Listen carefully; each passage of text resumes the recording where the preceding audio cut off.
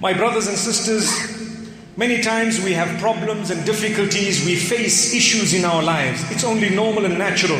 Nothing will happen exactly per our plan. Things happen as per the plan of Allah subhanahu wa ta'ala. So, some people deal with it in different ways. Some will tell you that, I have a problem, I have an issue. This issue, I spoke to this person, I have a contact in this department, I spoke to that person, I did this with this one, I went to this doctor, I went to the top doctor in the world, I got a loan from a wealthy businessman, and so on. I'm sure we hear this. And we hear these things. At times people say, I went to the bank and mashallah, I got a loan. I'm only paying 6%, but I got a loan. Not realizing that what they are doing is actually haram sometimes. However, even if it is something permissible, let us remember, never take supplication out of the equation. No matter what it is, always make dua. Call out to Allah. Keep on calling out to Allah. If it is a doctor and you have got the top doctor in the whole world, it is only by the help of Allah subhanahu wa ta'ala that doctor will be able to diagnose the sickness and will be able to perhaps carry out the procedure, if a procedure is required, in a way that it is successful. It is only Allah subhanahu wa ta'ala. In our hands is the trial. But in the hands of Allah is the success or failure of that particular trial.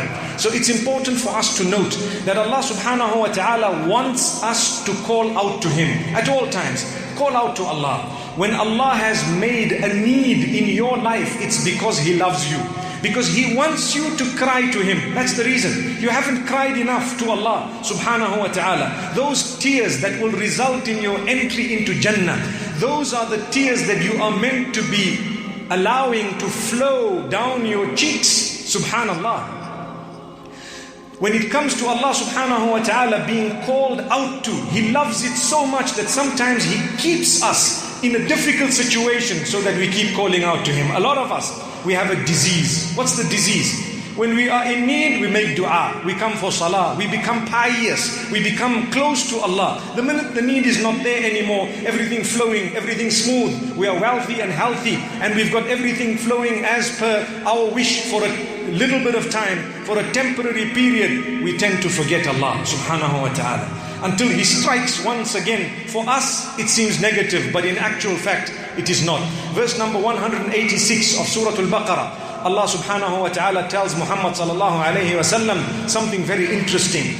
وَإِذَا سَأَلَكَ عِبَادِي عَنِّي فَإِنِّي قَرِيبٌ أُجِيبُ دَعْوَةَ الدَّاعِ إِذَا دَعَانِ فَلْيَسْتَجِيبُوا لِي وَلْيُؤْمِنُوا بِي لَعَلَّهُمْ يَرْشُدُونَ.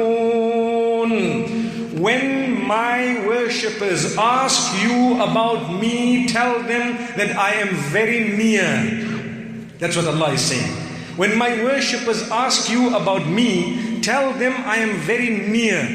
I respond to the call of the one who supplicates me whenever he calls out to me. I respond. I know that he has called out, and I know I have the solution for his problem. But I also know that that response is as per my wish, not per his wish. I know what is better for him. It is something amazing, my brothers and sisters. Keep calling out to Allah. Allah says, فَإِنِّي قَرِيبٌ أُجِيبُ دَعْوَةَ الدَّاعِ إِذَا دَعَانِ. I am close. I answer the call of the caller whenever he calls out to me, supplicates. It's important to keep making dua.